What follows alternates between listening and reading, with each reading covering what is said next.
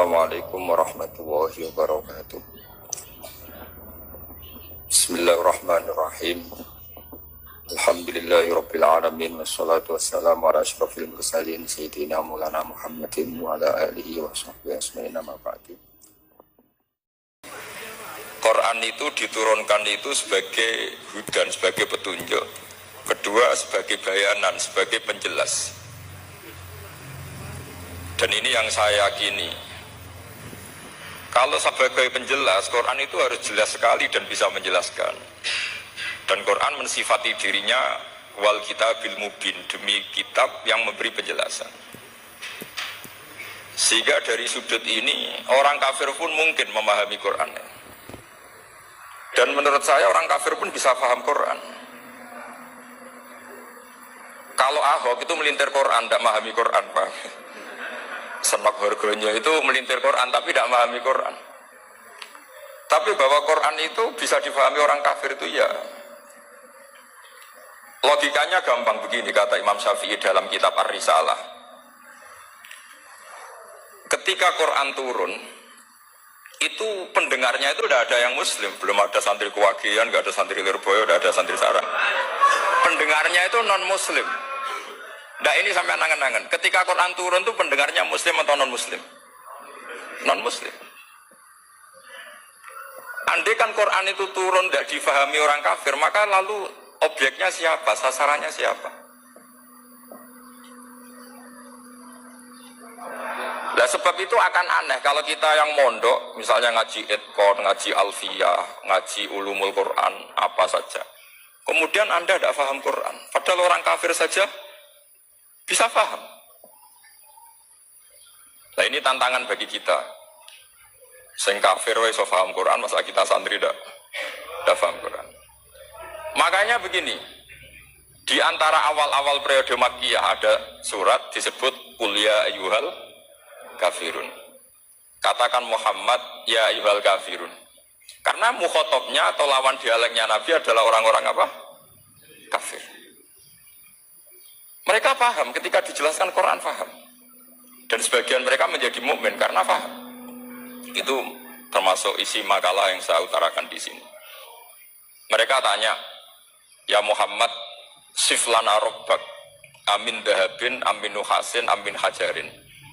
Karena orang kafir jahiliyah itu punya tren, yang namanya Tuhan itu fisik. Mereka punya Lata, punya Uzza, punya Hubal. Sehingga kalau Tuhan-Tuhan kita ini dari batu Muhammad, katanya Anda punya Tuhan yang berbeda. Lalu Tuhan Anda ini dari emas atau dari perak. Turunlah ayat Qul huwallahu ahad Allahus somad. Lagi-lagi mukhatabnya adalah orang kafir. Makanya ini juga akhirnya jadi ilmu madhab, ilmu tentang firqah-firqah dalam Islam. Bahwa kesalahan terbesar orang Khawarij sebagaimana dikutip Imam Bukhari. Nanti saya mencari di juz 4 atau di juz 3, pokoknya di bab Babu Qitalil Khawarij, karena Imam Bukhari punya adat diulang-ulang. Kata Ibnu Umar yang dikutip Imam Bukhari, innahum intolaku ila ayatin nazarat fil kufar faja'aluha alal mu'minin. Orang-orang Khawarij atau kalau sekarang orang-orang radikalisme itu meneliti Quran, kemudian ketika ada kriteria manusia-manusia tertentu itu dianggap itu kenanya orang Islam, korbannya orang Islam. Padahal awal mula ayat ini turun untuk orang kafir atau kritikan pada orang kafir. Ini cilaka betul. Karena logikanya seperti yang dikatakan Imam Syafi'i, ketika Quran turun ini nggak ada orang Islam, yang ada orang kafir. Sehingga mukhatabnya adalah orang kafir. Tapi ayat-ayat ini nanti dipakai Khawarij untuk mengkonter orang Islam. Sehingga mereka mudah mengkafirkan kita karena pakai ayat yang dari awal Allah mengkafirkan orang kafir, sekarang ayat itu dipakai mengkafirkan orang Islam. Ini saking gebleknya orang apa? Khawarij. Makanya kata kitab Fathul Bari yang menyarai Bukhari itu, yang mendorong orang Khawarij seperti itu adalah jahluhum bisyariah. Memang mereka benar-benar bodoh. Benar-benar goblok. Misalnya kita kiai atau kita ma'arif atau kita santri atau kita orang soleh, kemudian kita tidak bisa melakukan apa yang kita katakan, Terus kita oke lah, kita kena kritik misalnya atak murunan nasa bil birri napa? Wa tansawna anfusakum wa antum taslunal kitab. Terus kita katanya bisa ngomong tapi tidak bisa melakukan, terus dikritik dengan ayat itu mestinya tidak tepat.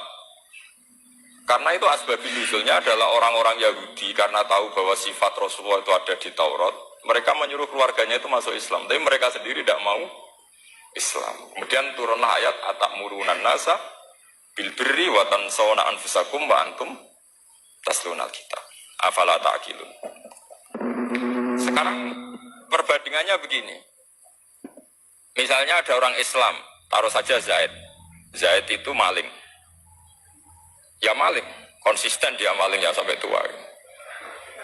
Terus menurut Anda Zaid yang muslim ini, muslim, Zaid itu muslim tapi maling. Jangan bilang maling tapi muslim, dia itu ya. Kemudian Zaid bilang ke anaknya, "Cung, kowe aja dadi maling, dadi santri sing soleh, sing maling bapak tok." Ndak. Ini menurut analisis usul fikih. Ngomongnya Zaid itu benar apa salah? Benar kan?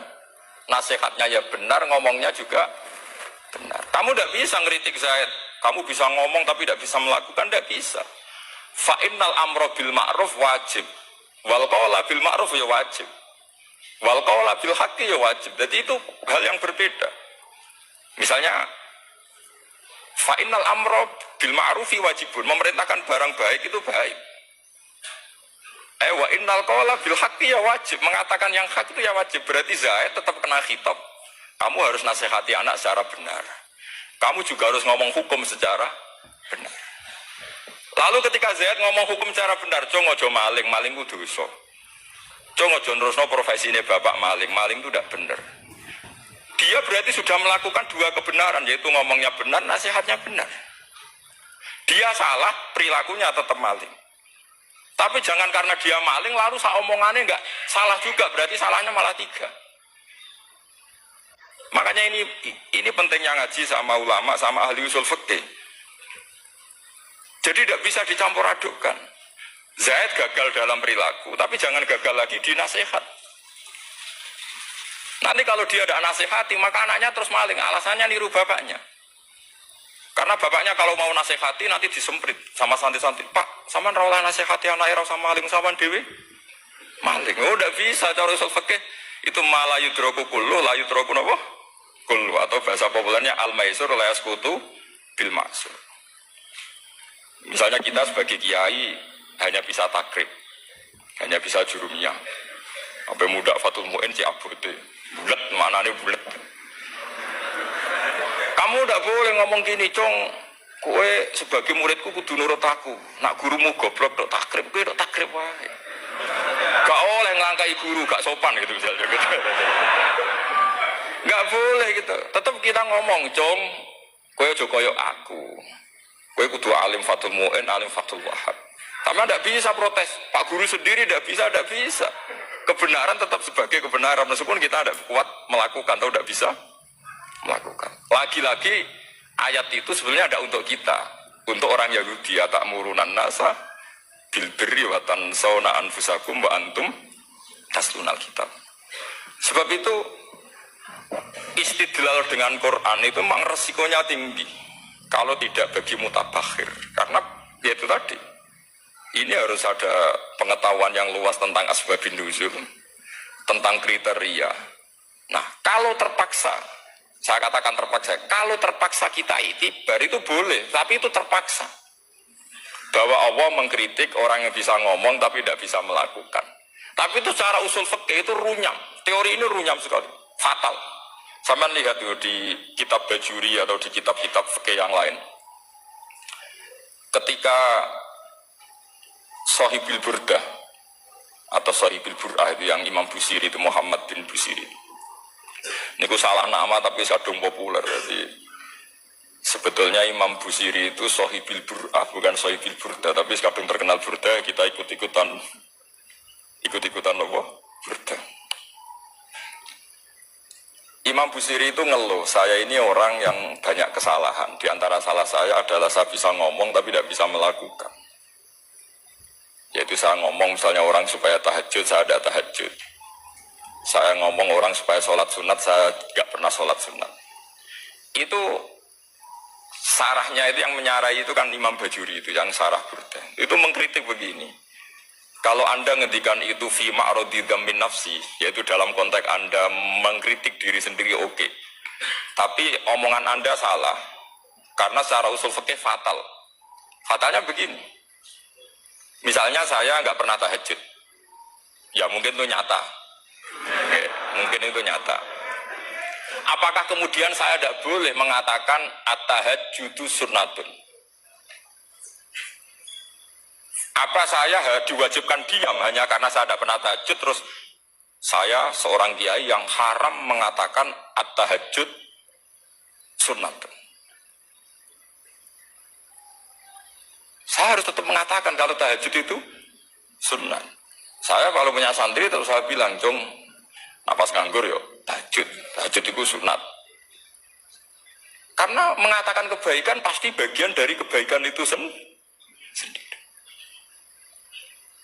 Makanya kata Imam Bajuri, "Fakaifa yakunul amru bil ma'rufi madmuman." Bagaimana mungkin sesuatu yang jelas baik karena memerintahkan kebaikan madmuman menjadi sesuatu yang tercela hanya karena mengatakan tidak melakukan. Fa innal fila ya amrun wal hukmu ya amrun akhar. Itu beda.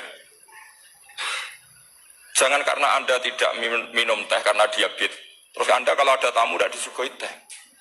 Karena saya sendiri tidak minum teh. Wah ya repot kalau gitu. Nah itu lagi-lagi tadi orang Khawarij salah ketika mengartikan ayat yang harusnya objek kritiknya itu orang kafir, kemudian karena Quran lama sekali dibaca orang Islam sampai orang itu lupa kalau Quran awalnya turun diantaranya adalah membenahi akidahnya orang kafir.